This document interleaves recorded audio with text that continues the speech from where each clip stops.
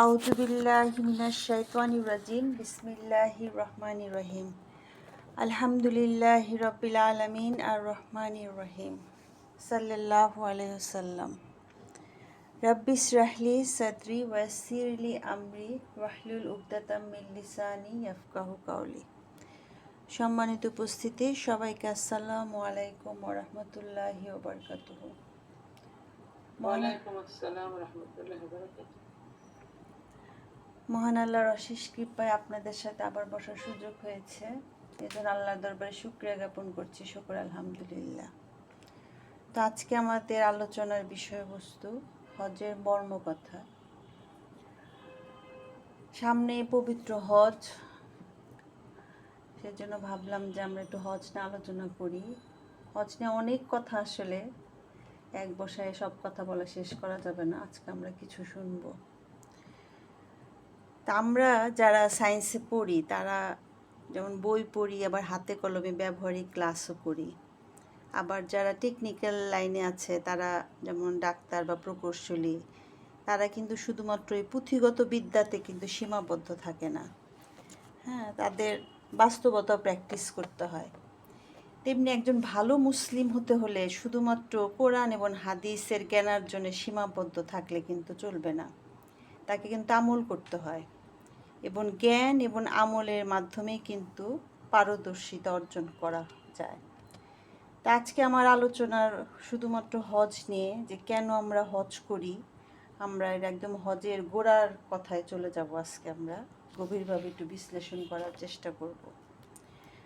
তো পবিত্র হজ পালন, এটা একটা আর্থিক এবং একটা শারীরিক ইবাদত। প্রত্যেক মুসলিম সামর্থ্যবান নরনারীর ওপর জীবনে একবার হজ আদায় করা ফরজ।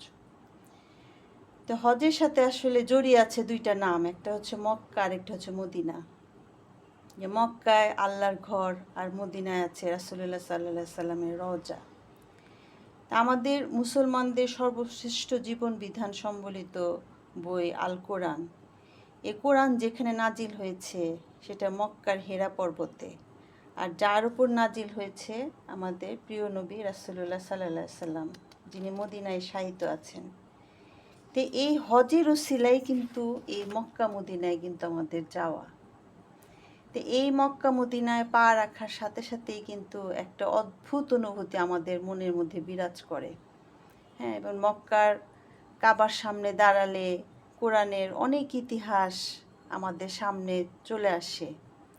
ইব্রাহিম আলাইসাল্লাম, ইসমাইল আলাইসাল্লামের কাবা নির্মাণের কথা, সেই পাথর মাকামে ইব্রাহিম যেখানে দাঁড়িয়ে তিনি কাবা ঘর নির্মাণ করেছেন, রাসূলুল্লাহ সাল্লামের অসংখ্য স্মৃতি বিজড়িত ঘটনা, স্থান।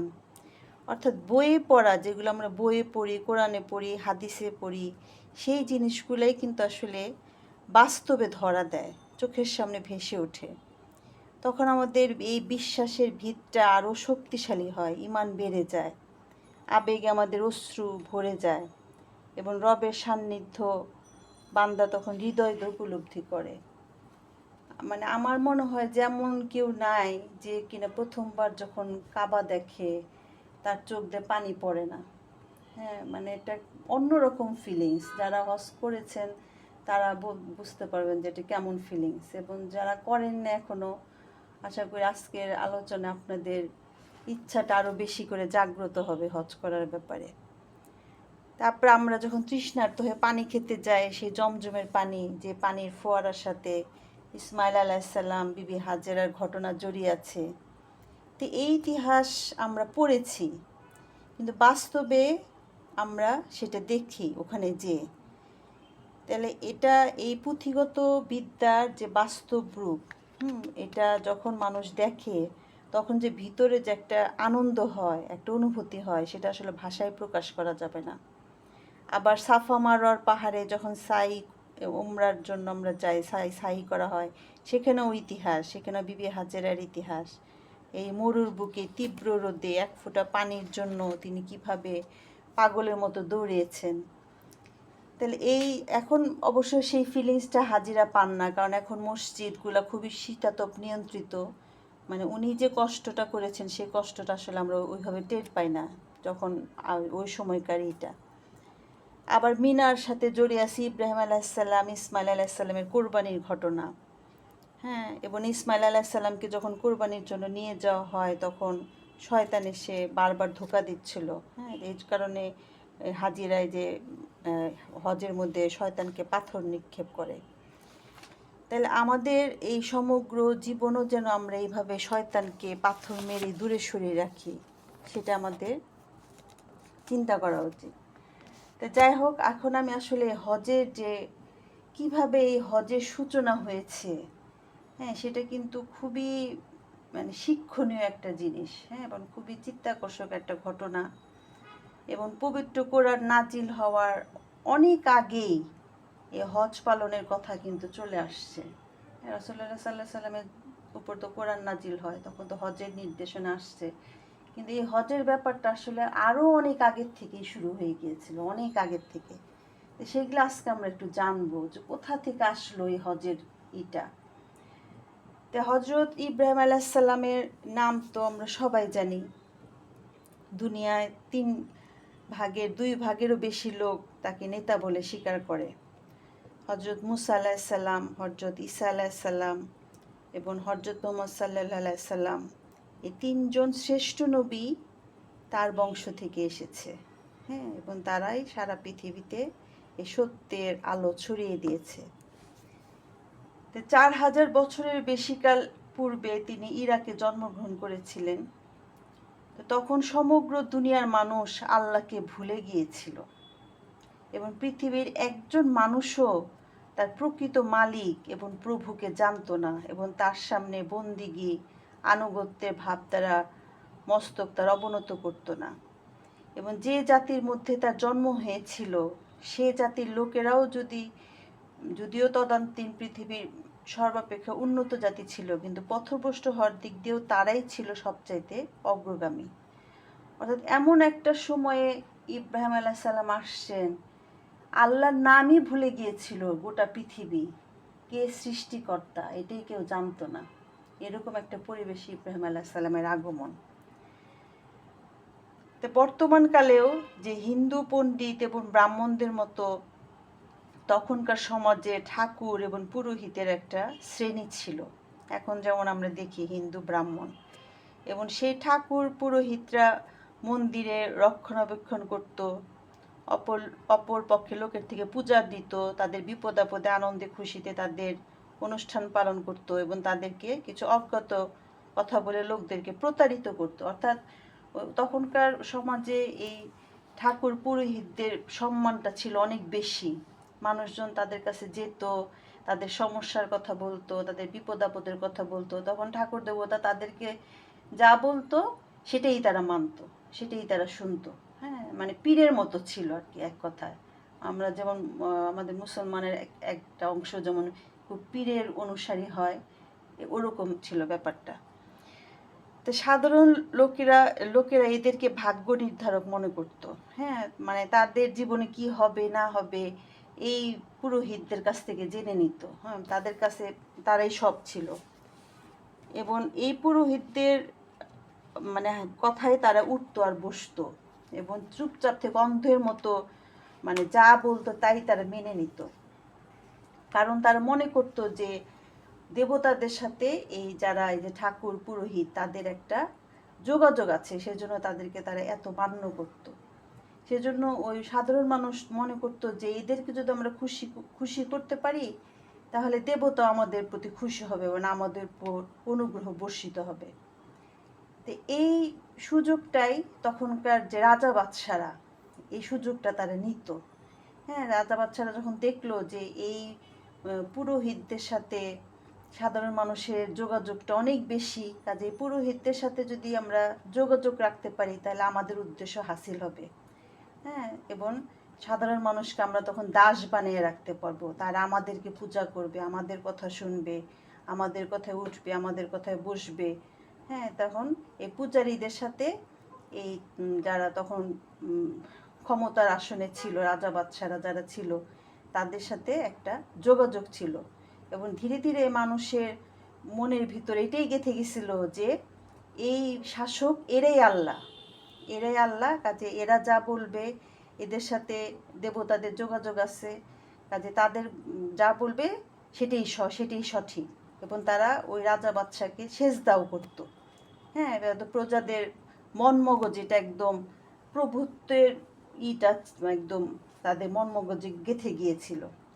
তো এইরকম একটা পরিবেশে এবং এই জাতির কোনো একটা বংশে হযরত ইব্রাহিম আলাইহিস সালামের জন্ম, এবং আরও মজার ব্যাপার এই যে যেই বংশে তার জন্ম হয়েছিল সেই বংশটাই ছিল পেশাদার বংশানুক্রমিক পূজারী, অর্থাৎ উনি সেরকম একটা পুরোহিত বংশে জন্মগ্রহণ করছে।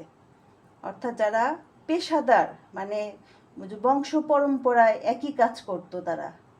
হ্যাঁ, তা সেজন্য বলা হচ্ছে বংশক্রমে, অর্থাৎ তাদের বাপ দাতা, তাদের মানে 14 গোষ্ঠী, তারা সবাই পণ্ডিত ছিল, পুরোহিত ছিল, ব্রাহ্মণ ছিল, এই এক কথায়।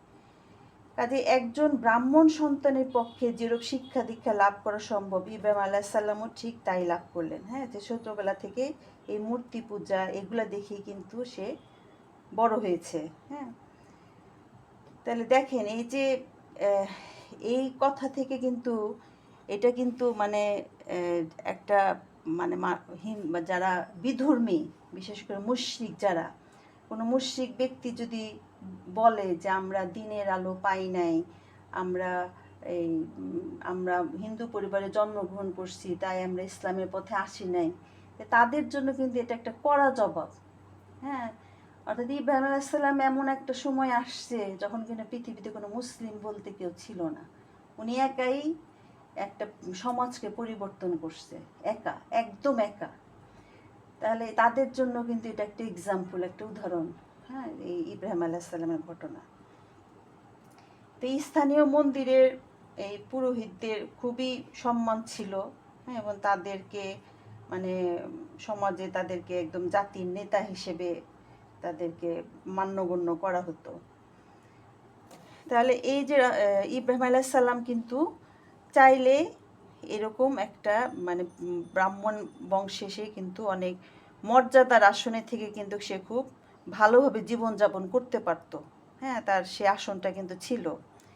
দেশের লোক নিজেদের চিরকালীন অভ্যাস অনুসারে তার সামনে হাত জোর করে বসার, ভক্তি শ্রদ্ধা মাথা নত করার জন্য প্রস্তুত ছিল। যে মানে যে সেজদা করে, ভক্তি করে, মানে একদম পুরাই মানে তাদের সামাজিক মর্যাদাটা অনেক বেশি ছিল। এরকম একটা অন্ধকার সমাজকে, সেখান থেকে মানুষকে সত্যের পথে নিয়ে আসা, এটা কিন্তু কোনো সাধারণ ব্যাপার না। কোনো সাধারণ মানুষের পক্ষে করা এটা কিন্তু খুবই কঠিন।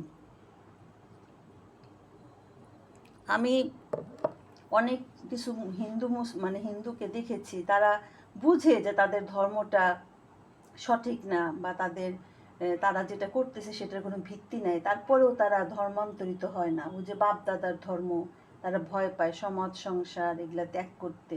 হ্যাঁ, তারা ভয় পায়, সেজন্য তারা আসে না।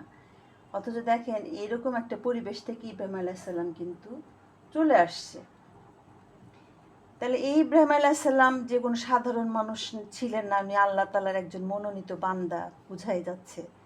যে জ্ঞান হওয়ার সাথে সাথেই তিনি ভাবতে শুরু করলেন যে চন্দ্র, সূর্য, তারকা নিতান্ত গোলামের মতোই উদয় অস্তের নিয়ম অনুসরণ করছে। অর্থাৎ তাদের কোনো স্বাধীনতা নাই। চন্দ্র একটা নির্দিষ্ট সময় মানে উদয় হচ্ছে, আবার অস্ত যাচ্ছে, সূর্যও তাই, তারকাও তাই। আবার তারা যে পূজা করছে যাদেরকে, পাথর দিয়ে যে মূর্তি, সেটাও তো মানুষরা তারা নিজেরাই তৈরি করতেছে। তাহলে তাদেরও তো কোনো স্বাধীনতা নাই।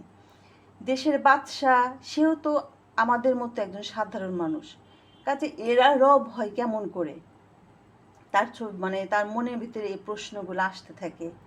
তো যেসব জিনিস নিজের ইচ্ছায় একটু নড়তেও পারে না, নিজের সাহায্য করার ক্ষমতাও যেসবের মধ্যে নাই, জীবন মৃত্যুর উপরও যাদের বিন্দুমাত্র হাত নেই, তাদের সামনে মানুষ কেন মাথা নত করবে? মানুষ কেন তাদের দাসত্ব এবং পূজা উপাসনা করবে? প্রয়োজনীয় দ্রব্যাদির জন্য তাদের কাছে কেন প্রার্থনা করবে? হ্যাঁ, তাদের শক্তিকে কেন ভয় পাবে এবং তাদের গোলামি বা কেন করবে? এবং আকাশ পৃথিবীতে যত কিছুই আমরা দেখতে পাই, সেসব জিনিস সম্পর্কে কোনো না কোনোভাবে আমরা ওয়াকিবহাল এবং তার মধ্যে কোনো জিনিসই কিন্তু স্বাধীনও না, নিরপেক্ষও না, অক্ষয়ও না, আবার চিরস্থায়ীও নয়। তাহলে এদের প্রত্যেকের অবস্থা যদি এরকম হয়, তখন এরা মানুষের রব বা প্রভু কিভাবে হতে পারে? তার মনে প্রশ্নটা আসলো যে রব তো সেই হবে যে কিনা সর্বময় ক্ষমতার অধিকারী, যে কিনা কারো উপর নির্ভরশীল না, যে কিনা স্বাধীন। তাহলে তার দৃষ্টিতে যত কিছু দেখতেছে কোনো কিছুই রবের বা ইসের মধ্যে পড়ে না, ডেফিনেশনের মধ্যে পড়ে না। তো এদেরকে তখন উনি ভাবলেন যে এদের কেউই যখন আমাকে সৃষ্টি করে নেই, তাহলে আমার জীবন মৃত্যু লাভ ক্ষতির এখতিয়ার যখন এদের কারো হাতেই নাই, আমার রিজিক আমার জীবিকার চাবিকাঠি যখন এদের কারো হাতেই নয়, তখন এদের কাউকে আমি রব বলে স্বীকার করব কেন, এবং তার সামনে মাথা নত করে দাসত্ব বা উপাসনাই বা কেন করব? বস্তুত আমার রব কেবল তিনিই হতে পারেন যিনি সব কিছু সৃষ্টি করেছেন এবং সকলেই যার মুখাপেক্ষী এবং যার হাতে সকলের জীবন মৃত্যু লাভ ক্ষতির উৎস নিহিত রয়েছে। তো এসব কথা ভেবে ইব্রাহিম আলাইহিস সালাম তখন জাতির উপাস্য মূর্তিগুলোকে পূজা না করে বরং পরিত্যাগ করার সিদ্ধান্ত নিলেন, এবং এই সিদ্ধান্তেই তিনি উদাত্ত কণ্ঠে ঘোষণা করলেন।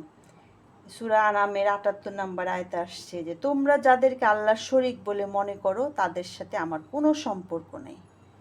আপনি চিন্তা করতে পারেন, একটা সমাজে একটা লোক একা, কেউ তার সাথে নাই, তার পিতা মাতাও মুশরিক, আত্মীয় স্বজন সবাই মুশরিক, হ্যাঁ, সমাজপতিরা সবাই, সেখানে উনি একা এইভাবে একটা ঘোষণা দিলেন যে তোমাদের সাথে আমার কোনো সম্পর্ক নাই, কারণ তারা হচ্ছে শিরক করতেছে, সে শিরক করতে পারবে না, এবং আমি সব দিক থেকে মুখ ফিরে বিশেষভাবে কেবল সেই মহান সত্তাকে ইবাদত বন্দিগির জন্য নির্দিষ্ট করলাম যিনি সমস্ত আকাশ এবং পৃথিবী সৃষ্টি করেছেন, এবং আমি মুশরিকদের মধ্যে সামিল নই। তাহলে তার এই বিপ্লবাত্মক ঘোষণার পরে ইব্রাহিম আলাইহিস সালামের উপর তখন কি হলো? বিশাল বিপদ মুসিবত চলে আসলো, তাই না? তখনই দেখলো যে সমাজপতিরা যেহেতু খুবই বিদ্রোহী, এ বাপ দাদার ধর্মও মানে না, তার পিতাও তার উপর রেগে গেল। তার পিতা বলল, আমি তোমাকে পরিত্যাগ করব, বাড়ি থেকে তাড়িয়ে দেব, এবং সমগ্র জাতি বলে উঠল, আমরা কেউই তোমাকে আশ্রয় দেব না, এবং স্থানীয় সরকারও তার বিরুদ্ধে লেগে গেল, এবং বাদশার সামনে মামলা দায়ের করা হলো। কিন্তু ইব্রাহিম আলাইহিস সালাম একাকী নিঃসঙ্গ হয়েও সত্যের জন্য সকলের সামনে মাথা উঁচু করে দাঁড়ালেন। কি মান, চিন্তা করতে পারেন? এই মান আমরা সারা জীবন চেষ্টা করলে অর্জন করতে পারবো না, তার যে মান। এবং পিতাকে বিশেষ সম্মানের সাথে বললেন, আমি যে জ্ঞান লাভ করেছি আপনি তা আদৌ জানেন না, কাজে আমি আপনাদের কথা শুনবো না, তার পরিবর্তে আমার কথা আপনাদের সকলের শোনা উচিত। যেন সত্যের প্রচার এইভাবেই করতে হয়, মিথ্যার কাছে কখনোই মাথা নত করতে হয় না। সে তার পিতাকেও বলে দিল যে আমার কথা তোমরা শুনো, তোমাদের কথা আমি শুনবো না, আমার কথাই তোমরা শোনো। জাতির লোকদের এই হুমকির উত্তরে নিজ হাতে তিনি সবগুলা মূর্তি ভেঙে ফেলে তিনি প্রমাণ করলেন যে তোমরা যাদের পূজা করো তাদের কোনো ক্ষমতা নাই। এই ঘটনাও কোরআনে আছে, এই আয়াতটাও আছে যে মূর্তি ভাঙার কথা। এবং বাদশার প্রকাশ্য দরবারে তিনি স্পষ্ট ভাষায় বললেন, তুমি আমার রব নও, আমার রব তিনি যার মুষ্টিতে তোমার আমার সকলের জীবন ও মৃত্যু নিহিত রয়েছে, এবং যার নিয়মের কঠিন বাঁধনে চন্দ্র সূর্য সবই বন্দী হয়ে আছে। তখন রাজদরবার থেকে শেষ পর্যন্ত ফয়সালা হলো যে ইব্রাহিম আলাইহিস সালামকে জীবন্ত জ্বালিয়ে ভস্ম করা হবে। কিন্তু ইব্রাহিম আলাইহিস সালামের তো ঈমান খুবই শক্তিশালী, সে তো আগুন ভয় পায় না, তার আল্লাহর উপর অঢেল বিশ্বাস, তাই ভয়াবহ শাস্তি ভোগ করতেও সে অকুণ্ঠ চিত্তে প্রস্তুত হয়ে গেল। তারপর আল্লাহ তাআলা যখন তাকে কাফেরদের অগ্নিকুণ্ড থেকে মুক্তি দিয়েছিলেন, ওনাকে তো আগুন তো ওনাকে পুড়াতে পারেন না, এটা তো আপনারা জানেন এই ঘটনা। তখন তিনি কি করলেন? তিনি জন্মভূমি, জাতি, আত্মীয়, বন্ধু বান্ধব সব কিছু পরিত্যাগ করে শুধুমাত্র নিজের স্ত্রী আর তার ভ্রাতুষ্পুত্রকে সাথে নিয়ে পথে পথে দেশে দেশে ঘুরে বেড়াতে লাগলেন। দেখেন, ইসলামের জন্য, আল্লাহর জন্য তিনি সব ত্যাগ করলেন, নিজের ঘর বাড়ি দেশ সব কিছু ছেড়ে চলে আসলেন। চিন্তা করা যায় যে ওনারা ইসলামের জন্য কি করেছেন। তাহলে তারপরে এই জন্মভূমি থেকে তিনি বের হয়ে হজরত ইব্রাহিম আলাইহিস সালাম তখন বিভিন্ন দেশে ঘুরতে ফিরতে লাগলেন, সিরিয়া, ফিলিস্তিন, মিশর, আরব দেশ সময় ঘুরতে ফিরতে লাগলেন। তো এই ভ্রমণে তার উপর অসংখ্য বিপদ এসেছে। তার ধন সম্পদ, টাকা পয়সা তার সাথে কিছুই ছিল না, এবং বিদেশে গিয়েও তিনি রুজি রোজগার করার জন্য চিন্তা ভাবনা করেন নাই। রাত দিন কেবল একটাই চিন্তা, যে দুনিয়ার মানুষকে তিনি কিভাবে অসংখ্য রবের গোলামীর নাগপাশ থেকে মুক্ত করে একমাত্র আল্লাহর বান্দায় পরিণত করতে পারবেন, তার চিন্তা একটাই। এবং এই খেয়াল এবং চিন্তা ভারাক্রান্ত মানুষটিকে যখন তার পিতা এবং নিজ জাতি মোটেও সহ্য করলো না, তখন তাকে আর কে বরদাস্ত করতে পারে? মানে মানুষ যখন শুনবে যে আপনাকে আপনার পিতামাতা তাড়িয়ে দিয়েছে বা আপনার আত্মীয় স্বজন আপনাকে গ্রহণ করে নেই, তখন অন্য মানুষের কাছে তো আপনার গ্রহণযোগ্যতাটা কমে যাবে। এটা তো নর্মাল সাইকোলজিক্যাল ব্যাপার, যে আমার পিতামাতা যদি আমাকে সম্মান না করে, বাইরের মানুষও তো আমার সম্মান করবে না, এটা খুবই স্বাভাবিক। তারপরে উনি হাল ছেড়ে দেন নাই, তারপরে উনি দিন প্রচারের জন্য চেষ্টা চালিয়ে গেছেন। তো কোনো দেশের কোনো লোক তাকে আদর অভ্যর্থনা ওইভাবে তাকে দেয় নাই সকল স্থানে, কারণ সব জায়গায় তো একই দৃশ্য, সব জায়গায় সেই মূর্তি পূজা, সেই মন্দির, পুরোহিত, সব রাজা বাদশারাই সেই মানে আল্লাহকে ভুলে গিয়ে এইসব মানে অজ্ঞতার মধ্যে ছিল, অর্থাৎ মিথ্যার খোদাই বানিয়ে তারা সেটা পূজা করত। এদের মধ্যে এমন ব্যক্তি কি করে শান্তিতে দিন কাটাতে পারে? তাহলে উনি যে দেশ ছাড়লো, দেশ ছেড়েও না শান্তি নাই। হ্যাঁ, যেখানে যাচ্ছে সেখানেও সে একই দৃশ্য। তো যিনি নিজের রব ছাড়া অন্য কারো গোলামি করতে প্রস্তুত ছিলেন না, যিনি অন্য লোকদেরকেও বলে বেড়াতেন যে আল্লাহ ছাড়া তোমাদের কেউ মালিক নেই, প্রভু নাই, মনিব নাই, সকলের প্রভু এবং খোদাই আসন চূর্ণ করে একমাত্র আল্লাহর বান্দা হিসেবে জীবনযাপন করো, ঠিক এই কারণে হজরত ইব্রাহিম আলাইহিস সালাম কোথাও শান্তিতে বসবাস করতে পারেন নাই, তাই না? উনি কারণ উনি সত্যের দাওয়াত দিচ্ছিলেন, কেউ ওনাকে গ্রহণ করছিল না। তো এইভাবে বছরের পর বছর তিনি উদ্ভ্রান্ত পথিকের মতো ঘুরে বেরিয়েছেন, কখনো কেনানের জনপদে, কখনো মিশরে, কখনো আরবের মরুভূমিতে গিয়ে পৌঁছেছেন। এভাবে তার গোটা যৌবনকাল অতিবাহিত হয়ে গেল, তার কালো চুলগুলা সাদা হয়ে গেল। দেখেন, একটা মানুষ তার পুরাটা জীবনই শেষ করে দিল এই আল্লাহর এক আল্লাহর প্রচার করার জন্য। কত কষ্ট করছেন, কত কষ্টের ইসলাম আমাদের, আমরা তো ভাবিও না, চিন্তাও করি না।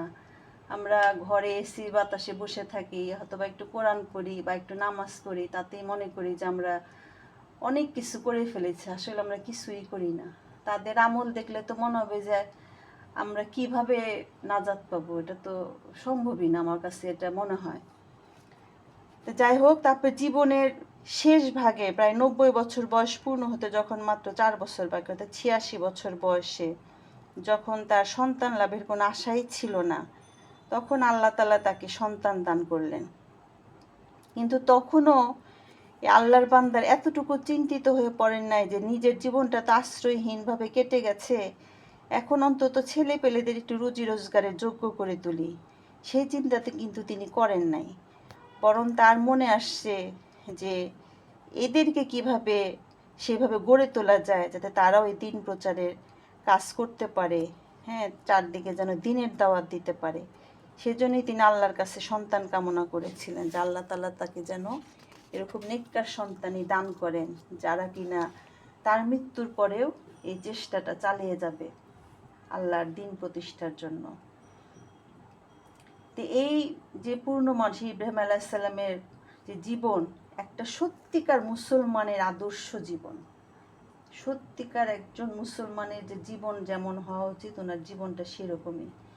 উনি যৌবনের সূচনাতেই, বুদ্ধি হওয়ার পর থেকেই যখন তিনি তার রবকে চিনতে পারলেন, তখন আল্লাহ তাকে বলেছিলেন, ইসলাম গ্রহণ করো, স্বেচ্ছায় আমার কাছে আত্মসমর্পণ করো, আমার দাসত্ব স্বীকার করো। তখন ইব্রাহিম আলাইহিস সালাম উত্তরে পরিষ্কার ভাষায় বলেছিলেন, আসলাম তু লি রব্বিল আলামিন, আমি ইসলাম কবুল করলাম, আমি সারা জাহানের প্রভুর উদ্দেশ্যে নিজেকে উৎসর্গ করলাম। নিজেকে তার কাছে সোপর্দ করলাম। সমগ্র জীবন ভরে এই কথা এবং এই ওয়াদাকেই সাচ্চা মানুষটি সব দিক দিয়ে পূর্ণ করে দেখিয়েছেন। তিনি রব্বুল আলমিনের জন্য শত শত বছরের পৈতৃক ধর্ম, তার যাবতীয় আচার অনুষ্ঠান, আকিদা, বিশ্বাস পরিত্যাগ করেছেন। হ্যাঁ, তার ক্ষমতা, তার সুযোগ সুবিধা সব কিছু ছেড়েছেন। নিজের বংশ ছেড়েছেন, পরিবার, জাতি, মাতৃভূমি সব ত্যাগ করেছেন। তিনি নিজের জীবনকে উপেক্ষা করে আগুনে ঝাঁপ দিয়েছেন এবং দেশ ত্যাগ নির্বাসনের দুঃখ কষ্ট ভোগ করেছেন বছরের পর বছর। কিন্তু জীবনের একটা মুহূর্তের জন্য আল্লাহ রাব্বুল আলামিন দাসত্ব করতে উনি কিন্তু ভুলেন নাই। তিনি দ্বীন ইসলামের প্রচারেই তার জীবনটাকে কাটিয়ে দিয়েছেন। তো বৃদ্ধ বয়সে যখন সন্তান লাভ হলো, তখন তার জন্য ওই ধর্ম এবং এই কর্তব্যই নির্ধারিত করলেন। অর্থাৎ তার সন্তানদের জন্য উনি যা করছেন সেটাই উনি নির্ধারণ করলেন যে হ্যাঁ, আমার সন্তানরাও এই কাজই করবে, যে কাজটা উনি করে গেছেন। কিন্তু এসব কঠিন পরীক্ষার পর আরেকটা শেষ এবং কঠিন পরীক্ষা অবশিষ্ট রয়ে গিয়েছিল, এবং সেই পরীক্ষা উত্তীর্ণ না হওয়া পর্যন্ত ইব্রাহিম আলাইসাল্লাম সব কিছু অপেক্ষা আল্লাহ রাব্বুল আলামিনকে বেশি ভালোবাসেন কিনা তার ফয়সালা হতে পারতো না। এবং সেই কঠিন এবং কঠোর পরীক্ষা যখন সামনে আসলো, অর্থাৎ বৃদ্ধ বয়সে একেবারে নিরাশ হয়ে যাওয়ার পর তার যে সন্তান লাভ হয়েছিল, সে একমাত্র সন্তানকেও আল্লাহর উদ্দেশ্যে কুরবানি করতে পারেন কিনা তারই পরীক্ষা নেওয়া হলো। এবং হযরত ইব্রাহিম আলাইহিসসালাম এই পরীক্ষায় উত্তীর্ণ হলেন এবং আল্লাহর নির্দেশ লাভ করার সাথে সাথে যখন তিনি নিজের পুত্রকে নিজের হাতে জবাই করার জন্য প্রস্তুত হলেন, তখন চূড়ান্ত রূপে ঘোষণা করা হলো যে এখন তুমি প্রকৃত মুসলিম হওয়ার দাবিকে সত্য বলে প্রমাণ করেছ। এবং আল্লাহর কাছেও তার এই কুরবানি কবুল হলো এবং তাকে বলে দেওয়া হলো এখন তোমাকে সারা দুনিয়ার ইমাম বা নেতা বানিয়ে দেওয়া যেতে পারে, এখন তুমি সেই জন্য সম্পূর্ণরূপে যোগ্য হয়েছ। এবং কোরআন শরীফে বলা হয়েছে সূরা বাকারার 124 নম্বর আয়াতে, এবং যখন ইব্রাহিমকে তার রব কয়েকটি ব্যাপারে পরীক্ষা করলেন এবং সেই পরীক্ষায় ঠিকভাবে উত্তীর্ণ হলো, তখন তাকে জানিয়ে দেওয়া হলো যে আমি তোমাকে সমগ্র মানুষের ইমাম, অগ্রবর্তী নেতা নিযুক্ত করছি। তিনি বলেন আমার বংশধরদের প্রতিও কি এই হুকুম? আল্লাহ তাআলা বলেন জালেমদের জন্য আমার ওয়াদা প্রযোজ্য নয়। দেখেন ইব্রাহিম আলাইহিস সালামের জীবনটা কত কষ্টের। হ্যাঁ, যেমন কষ্ট যে যত টক তত মিষ্টি, কি একটা কথা আছে না, যে যত কষ্ট যত ত্যাগ তত বেশি পুরস্কার। এই ইব্রাহিম আলাইহিস সালামের নাম যুগ যুগ ধরে থাকবে। রাসূলুল্লাহ সাল্লাল্লাহু আলাইহি সাল্লামের নামের সাথে সাথে কিন্তু ওনার নাম উচ্চারিত হয়। আমরা যে দুরূদ পাঠ করি, দুরুদে প্রথমে তো ইব্রাহিম আলাইহিস সালামের কথা বলি। এবং আর এই হজের তো গোটা স্মৃতিটাই ইব্রাহিম আলাইহিস সালামকে কেন্দ্র করে, অর্থাৎ কিয়ামত পর্যন্ত ওনার সম্মান মর্যাদা এটা কিন্তু অটুট থাকবে। তো এইভাবে ইব্রাহিম আলাইহিস সালামকে দুনিয়ায় নেতৃত্ব দান করা হলো, তাকে ইসলামের বিশ্বব্যাপী আন্দোলনের নেতা নিযুক্ত করা হলো। তো এখন এই আন্দোলনকে অধিকতর সম্প্রসারিত করার জন্য তো এখন উনি ভাবলো যে আমার এই ইসলামী আন্দোলনটাকে তো আরও বিভিন্ন জায়গায় ছড়িয়ে দিতে হবে, বিভিন্ন এলাকায় ছড়িয়ে দিতে হবে। হ্যাঁ, আমার প্রতিনিধি দরকার, সহকর্মী দরকার। তো এই ব্যাপারে 3 ব্যক্তি হযরত ইব্রাহিম আলাইহিস সালামের দক্ষিণ হাত হিসেবে কাজ করলো। একজন হলো তার ভ্রাতুষ্পুত্র, যে সাথে নিয়ে আসছিল যে ভ্রাতুষ্পুত্র, তিনি ছিলেন যে হযরত লূত আলাইহিস সালাম। আর দ্বিতীয় তার বড় ছেলে হযরত ইসমাইল আলাইহিস সালাম, যিনি আল্লাহ তার জীবন জানতে পেরে অত্যন্ত খুশি এবং আগ্রহের সাথে জবে হওয়ার জন্য প্রস্তুত হয়েছিলেন। এটা তো আমরা জানি, যখন ইসমাইল আলাইহিস সালামকে কোরবানির কথা বলা হলো, তখন ইসমাইল আলাইহিস সালাম সানন্দে বলল যে আপনি আপনার রবের হুকুম পালন করুন। যেমন বাবা তেমন তার ছেলে। হ্যাঁ, এবং আরেকজন হচ্ছেন তার ছোট ছেলে ইসহাক আলাইহিস সালাম। তো এই 3 জনকে উনি ঠিক করলেন যে 3 জনকে উনি 3 দিকে পাঠিয়ে দিবেন ইসলাম প্রচারের জন্য। তো ভ্রাতুষ্পুত্র হযরত লূত আলাইহিস সালামকে পাঠালেন তিনি সাদুম, ট্রান্স জর্দান এলাকায় বসালেন, এবং এখানে সেকালে সর্বাপেক্ষা ইতর লম্পট জাতি বাস করত। ওই যে সমকামী ছিল সেখানে, যেটা এখনকার বর্তমান বিশ্বেও আছে। সেখানে একদিকে সেই জাতির নৈতিকতার সংস্কার সাধন এবং সেই সাথে দূরবর্তী এলাকার সমূহেও ইসলামের দাওয়াত পৌঁছানোই ছিল তার কাজ। তো ইরান, ইরাক, মিশরের ব্যবসায়ী দল এলাকা দিয়ে যাতায়াত করত। কাজে এখানে বসে উভয় দিক ইসলাম প্রচারের কাজ সুষ্ঠুরূপে সম্পন্ন করা তার পক্ষে বিশেষ সুবিধাজনক হয়েছিল। তাহলে উনি ওই সাইডটাতে ইসলাম প্রচারের কাজে লেগে গেলেন। আর ছোট ছেলে ইসাক আলাহিসাল্লামকে তিনি কেনান বা ফিলিস্তিন এলাকায় রাখলেন। এটা সিরিয়া এবং মিশরের মধ্যবর্তী স্থান। তদুপরি এটা সমুদ্র উপকূলবর্তী এলাকা বলে এখান থেকে অন্যান্য দেশ পর্যন্ত ইসলামের আওয়াজ পৌঁছানো সহজ ছিল। এবং এই স্থান থেকে হজরত ইসাক আলাহিসাল্লামের ছেলে হজরত ইয়াকুব আলাহিসাল্লাম, যার নাম ছিল বনি ইসরাইল, এবং তার ছেলে পুত্র ইউসুফ আলাহিসাল্লামের মারফতে ইসলামী আন্দোলন মিশর পর্যন্ত পৌঁছে গিয়েছিল। এই জায়গায় একটি ইসলামিক রাষ্ট্রগুলো তৈরি হলো কিভাবে? এই যে ইসলাম প্রচারের কারণেই তো হলো, তাই না? যে বিভিন্ন জায়গায় ইসলামের আলো ছড়িয়ে দেওয়া হচ্ছিল। আর বড় ছেলে ইসমাইল আলাইসাল্লামকে তিনি মক্কা নগরীতে বসালেন এবং দীর্ঘকাল যাবৎ নিজেই তার সাথে থেকে আরবের কোণে কোণে ইসলামের শিক্ষা বিস্তার করছিলেন। তার সাথে সে নিজেই থাকলো। তারপর এখান থেকেই পিতা পুত্র দুজনে মিলে ইসলামী আন্দোলনের বিশ্ববিখ্যাত কেন্দ্র খানায়ে কাবা প্রতিষ্ঠা করলেন। এবং আল্লাহ তাআলা নিজেই এই কেন্দ্র নির্দিষ্ট করেছিলেন, নিজেই এটা গড়ে তোলার স্থান ঠিক করেছেন। আল্লাহ তাআলা নির্ধারণ করে দিয়েছেন এটা, যে ঠিক এই জায়গাটাই হবে।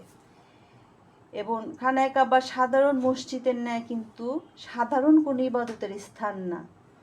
প্রথম দিন থেকে এটা দ্বীন ইসলামের বিশ্বব্যাপী আন্দোলনের প্রচার কেন্দ্র রূপে নির্ধারিত হয়েছিল।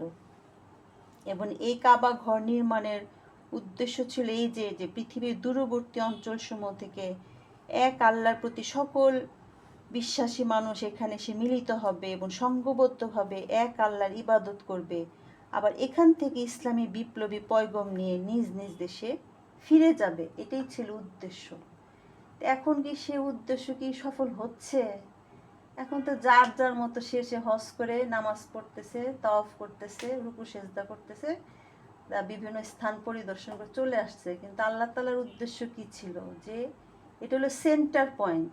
সমগ্র মুসলমানরা এখানে আসবে, এখান থেকে তারা দিক নির্দেশনা পাবে, তারপরে ইসলামী আন্দোলনে তারা ঝাঁপিয়ে পড়বে, ইসলামী বিপ্লবে তারা ঝাঁপিয়ে পড়বে, চারদিকে ছড়িয়ে যাবে তারা। কিন্তু সেটা কিন্তু কিছুই হচ্ছে না। এটা আজকে যে এই ফিলিস্তিনের যে এত বড় একটা সমস্যা, এত বড় ক্রাইসিস চলতেছে, তারপরে ইরানে যে এত বড় ক্রাইসিস, কই কোনো মুসলমানরা কিছু করতেছে?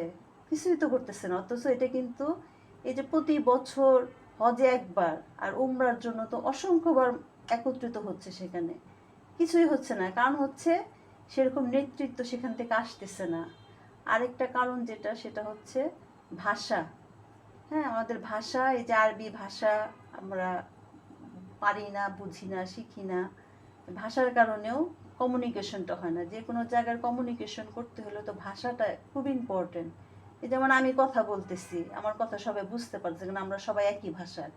তো ল্যাঙ্গুয়েজটা খুবই ইম্পর্টেন্ট। এই ল্যাঙ্গুয়েজের কারণেই কিন্তু ওই সেন্টার থেকে কিন্তু কোনো নির্দেশনা আসতেছে না। কিন্তু আল্লাহ তাআলা কিন্তু এই উদ্দেশ্যেই করলেন সেখানে কেন্দ্রটা, যে সব মুসলমানরা যেন একত্রিত থাকে। তো এই বিশ্ব মুসলিমের এই সম্মেলনের নামে হলো হজ।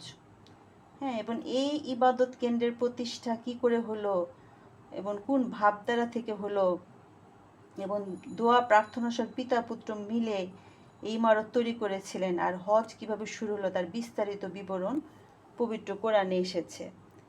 সূরা আল ইমরানের 96 থেকে 97 নম্বর আয়াতে আসছে যে মানুষের জন্য সর্বপ্রথম যে ঘর নির্দিষ্ট করা হয়েছিল তা মক্কার ঘর, তাতে সন্দেহ নেই। এটা অত্যন্ত পবিত্র, বরকতপূর্ণ এবং সারা দুনিয়ার জন্য হেদায়েতের কেন্দ্রস্থল। এতে আল্লাহর প্রকাশ্য নিদর্শনসমূহ বর্তমান রয়েছে, মাকামে ইব্রাহিম রয়েছে, এবং যেই সেখানে প্রবেশ করবে সেই নিরাপদে থাকবে। নিরাপদ নগরী মক্কা মদিনা।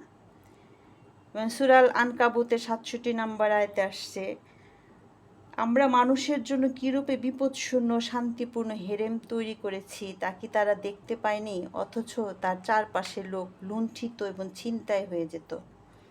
অর্থাৎ আরবের চারদিকে যখন লুটতরাজ, মারপিট, যুদ্ধ বিগ্রহ ইত্যাদি অশান্তি সয়লাভ হয়ে যেত, তখন এই হেরেমে সর্বদা শান্তি বিরাজ করত। এমনকি দুধর্ষ মরু বেদুইনও যদি এই সীমার মধ্যে তার পিতৃ হত্যাকে দেখতে পেত, তবুও তাকে প্রতিশোধ নেওয়ার জন্য তার ইচ্ছা তার ভিতরে জাগতো না। অর্থাৎ এটা নিরাপদ জায়গা, এটা বরকতপূর্ণ জায়গা, হেরেম এলাকা। হ্যাঁ, যারা হজে গিয়েছেন তারা জানেন হেরেমের একটা সীমানা আছে। সূরা বাকারার 125 থেকে 126 নম্বর আয়াতে আসছে, এবং স্মরণ করো যখন আমার এই ঘরকে লোকদের কেন্দ্র নিরাপদ আশ্রয়স্থল বানিয়েছিলাম এবং ইব্রাহিমের ইবাদতের স্থানকে মুসাল্লা বানাবার নির্দেশ দিয়েছিলাম, আর তাওফকারী ও অবস্থানকে এবং নামাজিদের জন্য আমার ঘর পাক ও পরিচ্ছন্ন রাখার জন্য ইব্রাহিম ও ইসমাইলকে নির্দেশ দিয়েছিলাম। পরে যখন ইব্রাহিম দোয়া করলো, হে পালনকর্তা, আপনি এই শহরকে শান্তিপূর্ণ জনপদে পরিণত করুন, এখানকার অধিবাসীদের মধ্যে যারা আল্লাহ পরকালে বিশ্বাসী তাদের জন্য ফলমূল দ্বারা জীবিকার সংস্থান করে দেন।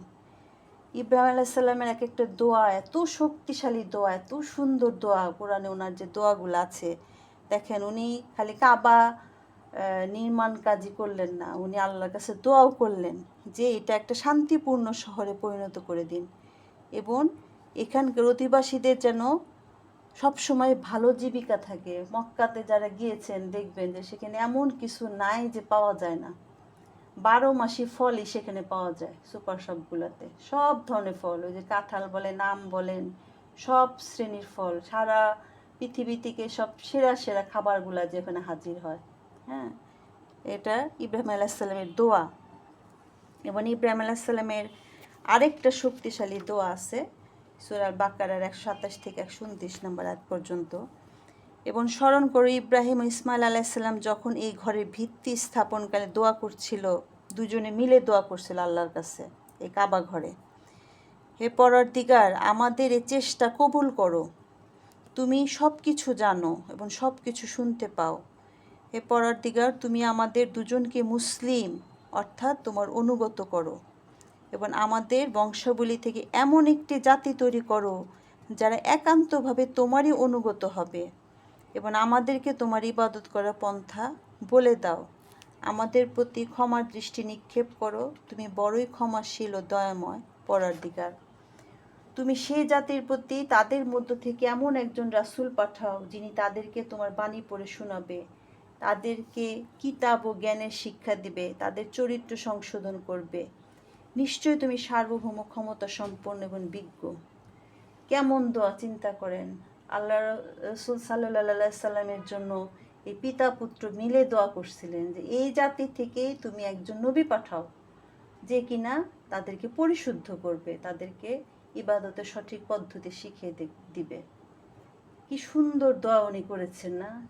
এত কষ্টের পর কষ্ট করে কাবা প্রতিষ্ঠা করার পরে তারপরে সেই কাবায় বসে যে কাবায় যে বলে না যে দোয়া কবুলের স্থান, আমরা বলি যে এখানে প্রতিটা জায়গায় দোয়া কবুল, আসলে তো দোয়া কবুল হয়। ওনার এই প্রত্যেকটা দোয়াই তো কবুল হয়েছে। রাসূলুল্লাহ সাল্লাল্লাহু আলাইহি সাল্লামের আগমনে মক্কাতেই হয়েছে, ওখানে বসে উনি দোয়া করছেন রাসূলুল্লাহ সাল্লাল্লাহু আলাইহি সাল্লামের জন্য, আল্লাহ তাআলা যেন এখানে পাঠান তাকে। এবং সূরা ইব্রাহিমের 35 থেকে 37 নম্বর আয়াতে আসছে, এবং স্মরণ করো যখন ইব্রাহিম দোয়া করছিল, হে আল্লাহ, এই শহরকে শান্তিপূর্ণ বানিয়ে দাও, আমাকে এবং আমার সন্তানকে মূর্তি পূজার শিরক থেকে বাঁচাও।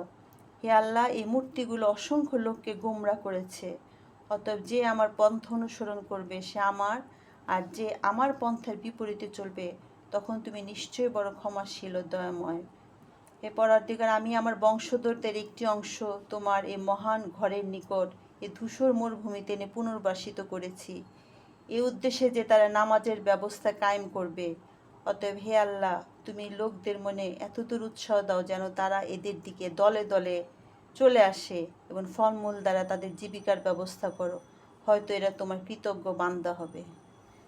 মানে আমার এই দোয়াগুলো পড়লে অবাক লাগে, উনি মানে কতটা জ্ঞানী, কতটা মানে দূরদৃষ্টি সম্পন্ন ছিল, কিভাবে মানে দোয়া করে, মানে মানুষ পরবর্তী প্রজন্মের জন্য কত সুন্দরভাবে দোয়া করে। আমরা কীভাবে কোনো সময় দোয়া করি আমাদের ভবিষ্যৎ প্রজন্মের জন্য, যে আমার ভবিষ্যৎ প্রজন্মের জন্য এরকম নেককার, এরকম ভালো বংশধারা তৈরি হয় যারা কিনা শিরক করবে না, আল্লাহর সাথে কাউকে শরিক করবে না। তাহলে এই যে আমরা যারা হজ করতে যাই মক্কা মদিনাতে, আমাদের তো সেখানে যে এরকম শক্তিশালী দোয়াগুলা করা উচিত। ইব্রাহিম আলাইহিস সালামের যে দোয়াগুলা অসম্ভব সুন্দর দোয়া, তা আমাদের এরকম শক্তিশালী দোয়াগুলা সেখানে যে করা উচিত, যে কাবা উনি নির্মাণ করে রেখে গেছেন। এবং সূরা আল হাজ্জের আজকে বিশাল একটা আয়াত পড়া হলো, সূরা হাজ্জে 26 থেকে 28 নম্বর আয়াতে আসছে। এবং স্মরণ করো যখন ইব্রাহিমের জন্য এই ঘরের স্থান ঠিক করেছিলাম, এই কথা বলে যে এখানে কোনো প্রকার শিরক করো না, এবং আমার ঘরকে তওয়াফকারী নামাজীদের জন্য পাক সাফ করে রাখো। আর লোকদেরকে হজ করার জন্য প্রকাশ্যভাবে আহ্বান জানাও, তারা যেন তোমার কাছে আসে, পায়ে হেঁটে আসুক কিংবা দূরবর্তী স্থান থেকে কৃষক উটের পিঠে চড়ে আসুক। এখানে এসে তারা যেন দেখতে পায় তাদের জন্য দিন দুনিয়ার কল্যাণের কত সুন্দর ব্যবস্থা রয়েছে, এবং নির্দিষ্ট দিনগুলোতে আল্লাহর দেওয়া জন্তুগুলোতে আল্লাহর নামে কুরবানি করবে, তা থেকে নিজেরাও খাবে এবং দরিদ্র অভাবগ্রস্ত লোকদেরকেও খাওয়াবে। এই যে হজে এই যে রুকু তাওয়াফকারী নামাজীদের জন্য পাক সাফ করে রাখো। ইব্রাহিম আলাইহিস সালাম, ইসমাইল আলাইহিস সালাম তারা নিজে মসজিদ পরিষ্কার করতেন, নিজে মসজিদ ঝাড়ু দিতেন। আপনারাও যারা হজে গেছেন দেখবেন যে সারাক্ষণ কিন্তু সেখানে পরিচ্ছন্নতার কাজ হয়, কিছুক্ষণ পর পরই ক্লিনাররা ক্লিন করতেছে, পরিষ্কার রাখে, পাক সাফ রাখে সব সময়। এবং যে হজের যে আহ্বান, ইব্রাহিম আলাইহিস সালাম সে আল্লাহ তাআলা তাকে বললেন যে তুমি ডাকো, তুমি ডাক দাও সবাইকে হজের জন্য এখানে আসার জন্য ডাক দাও। হ্যাঁ, এটা আল্লাহ তাআলা তাকে ঘোষণা দিলেন। উনি তখন এই যে ডাক দিয়েছেন। এবং যখন মানুষ হজের জন্য প্রস্তুতি নেয় ইহরাম বাঁধে, তখন কিন্তু ওই যে একটা দোয়া পড়তে পড়তে যায় যে লাব্বাইক আল্লাহুম্মা লাব্বাইক লাব্বাইক লা শারীকা লাব্বাইক ইন্নাল হামদা ওয়ান নি'মাতা লাকা ওয়াল মুলক লা শারীকা লাক। যে হ্যাঁ আল্লাহ, আমি তোমার দরবারে হাজির, তোমার দরবারে হাজির আমি। অর্থাৎ সেই ডাক শুনে আমরা আল্লাহর দরবারের দিকে যাচ্ছি। হ্যাঁ, আমাদেরকে যে ডাকটা দেওয়া হয়েছিল। এই হজ শুরুর যে গোড়ার যে ইতিহাস, সেটি আজকে আমরা একটু পড়লাম যে হজটা কিভাবে আসলো ইব্রাহিম আলাইহিস সালামের হাত ধরে, কত প্রতিকূলতা, কত বাধা বিঘ্ন পেরিয়ে এই পবিত্র হজ, এত মূল্যবান হজ আমাদের সামনে এনে এসেছে। এবং ইব্রাহিম আলাইহিস সালাম যেভাবে কষ্ট করে এটা চালু করেছিলেন, তারপরেও কিন্তু এই আরব কিন্তু আবারও সে আয়ামে জাহিলিয়াতের যুগে চলে গিয়েছিল। আবারও কিন্তু সেই মূর্তি পূজা, আবারও সেই অন্যায় অবিচার, মারামারি, খুনাখুনি, এগুলা কিন্তু শুরু হয়ে গিয়েছিল। এবং রাসূলুল্লাহ সাল্লাল্লাহু আলাইহি সাল্লাম এসে কিন্তু সে একইভাবেই উনিও কিন্তু এই কাবাতে মূর্তি পেয়েছেন, 360টা মূর্তি উনি ভেঙেছেন। তাই উনিও কিন্তু সেই ইব্রাহিম আলাইহিস সালাম যেভাবে প্রতিকূলতা পেরিয়ে উনি এটা প্রতিষ্ঠা করেছিলেন, আবার রাসূলুল্লাহ সাল্লাল্লাহু আলাইহি সাল্লামও কিন্তু সে একইভাবে সেই জিনিসগুলো তাকে দূর করতে হয়েছে, দূর করে তিনি ইসলাম প্রতিষ্ঠা করেছেন। দুইজনের জীবনধারার সাথে কিন্তু অনেকটাই মিল আছে। হ্যাঁ, ইব্রাহিম আলাইহিস সালাম এবং রাসূলুল্লাহ সাল্লাল্লাহু আলাইহি সাল্লাম। তো এই যে হজ, এটি ইসলামের একটা অন্যতম স্তম্ভ, হ্যাঁ, পঞ্চম স্তম্ভ। এবং এই থেকে জানা গেল যে দুনিয়ায় যে নবী বিশ্বব্যাপী ইসলামী আন্দোলন পরিচালনার জন্য আদিষ্ট হয়েছিলেন, মক্কাই ছিল তার প্রধান কার্যালয়, যে হেডকোয়ার্টার বলি যে আমরা। এবং পবিত্র কাবাই ছিল এর প্রধান কেন্দ্র, যেখান থেকে ইসলাম দুনিয়ার দূরবর্তী অঞ্চলে প্রচারিত হতো। আর দুনিয়ায় যারাই এক আল্লাহর বন্দেগী করতে চাপবে এবং বাস্তব কর্মজীবনে তার আনুগত্য করে চলবে, তারা যে জাতি আর যে দেশের অধিবাসী হোক না কেন, সকলেই একটি নির্দিষ্ট কেন্দ্রে প্রতি বছর এসে সমবেত হবে। এবং এই জন্য হজ করার পন্থা নির্দিষ্ট করা হয়েছে। এ ধারে স্পষ্টভাবে বুঝিয়ে দেওয়া যাবে যে চাকা যেমন নিজ অক্ষের চতুর্দিকে ঘোরে, মুসলমানদের জীবনও তেমনি আপন কেন্দ্রের চতুর্দিকে আবর্তিত হয়। এবং এই গুরু রহস্যের বহিঃপ্রকাশই হচ্ছে হজ। কাজে এই যে হজ, যদি ইসলাম আসলে খুবই সুন্দর, যে আপনি সারাদিন শুধু নামাজ রোজা, এই বিভিন্ন দায় দায়িত্ব পালন, এটার মধ্যে থাকবেন না। এই যে হজের মাধ্যমে এই যে একটা একটা জিয়ারত, একটা ভ্রমণ, হ্যাঁ, এই ভ্রমণের মাধ্যমে কিন্তু মানে সত্যি কথা বলতে গিয়ে মানে আমি কারো মুখে শুনি নাই যে হজ করে এসে কারো ভালো লাগে নাই। এবং প্রত্যেকটা মানুষ একবার হজ করতে গেলে সে বারবার হজ করতে চায়, বারবার তার ইচ্ছাটা হয়। এবং হজের কার্যক্রমগুলা কিন্তু অত সহজ না, যথেষ্ট কঠিন, কিন্তু তারপরেও বারবার করতে ইচ্ছা করে, মানে যে আবার যাই আবার যাই আবার করি।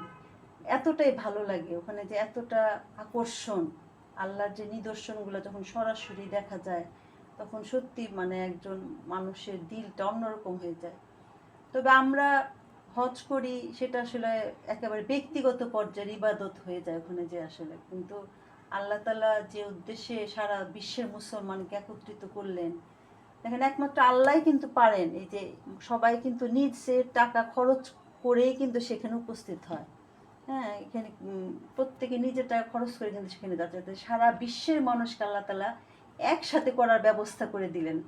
অথচ একসাথে হওয়ার যে সুফল পাওয়ার কথা ছিল সেই সুফলটা আমরা নিয়ে আসতে পারি না। এটাই সবচেয়ে আমাদের জন্য সবচেয়ে বড় ব্যর্থতা। যেমন ৫ ওয়াক্ত নামাজ মসজিদে জামাতে আদায় করা, যেমন প্রত্যেক পুরুষদের জন্য এটা ফরজ, যে জামাতে নামাজ পড়া। তো সেখানে জামাতে নামাজ পড়ার উদ্দেশ্যটা কি? যে এলাকার মুসলিমগুলা যেন একত্রিত থাকে, জমাতবদ্ধ থাকে, একত্রিত থেকে তারা যেন সমাজের সংস্কারগুলো যেন করতে পারে, একত্রিত হয়ে তারা যেন একটা ভালো কিছু করতে পারে।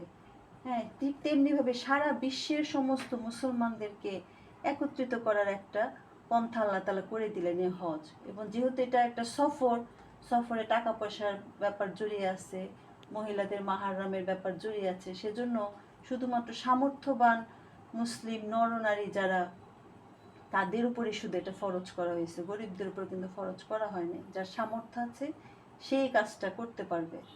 হ্যাঁ, তাহলে সামর্থ্যবান যারা সেখানে যাচ্ছেন তাহলে তার মানে কি? সে ফিনান্সিয়ালি সে ডেভেলপড, কাজে সে চাইলেই অনেক কিছু করতে পারে, তাকে দ্বারা সম্ভব। এবং সেখানে হজে কিন্তু একটা যে ফিজিক্যাল ফিটনেসেরও কিন্তু একটা ব্যাপার আছে, যে শারীরিকভাবে যে ফিট থাকা, কারণ ওখানে প্রচুর হাঁটতে হয়। ইবাদতে ওই হজের পুরো কার্যক্রমটা হাঁটার উপরে।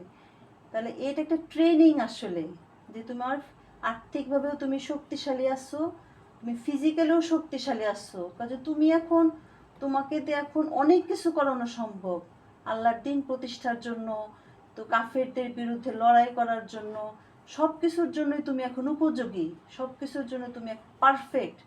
তা আল্লাহ তাআলা এই দায়িত্বটা সে সামর্থ্যবান এই মুসলিম নর নারীরা নারীদের জায়গা থেকে যে যতটুকু করার ততটুকু করবে, কিন্তু পুরুষদের দায়িত্ব তো অনেক বেশি। হ্যাঁ, কাজে সেই ইচ্ছাটা আসলে সেই চিন্তাটা কিন্তু আমরা করি না, যে আল্লাহ তাআলা আমাদের কেন একত্রিত করলেন, কেন এখানে নিয়ে আসলেন। হ্যাঁ, এখান থেকে যেন আমরা শিক্ষা নেই। শিখেরা ইব্রাহিম আলাইহিস সালাম যেভাবে তার দেশ ত্যাগ করেছেন, তার সংসার ত্যাগ করেছেন, তার পিতা মাতা সবাইকে ত্যাগ করছেন শুধুমাত্র আল্লাহর দিন কায়েমের জন্য। তো সেই শিক্ষাটা কিন্তু আমরা নিয়ে আসি না, সেই শিক্ষাটা আমরা সাথে করে নিয়ে আসি না। আমরা জাস্ট ওখানে কিছু হুকুম আহকাম পালন করে আবার নিজের দেশে চলে আসি। তা আল্লাহ তাআলা আমাদের যেন সবাইকে সঠিক বুঝ দেন, আমরা যেন হজের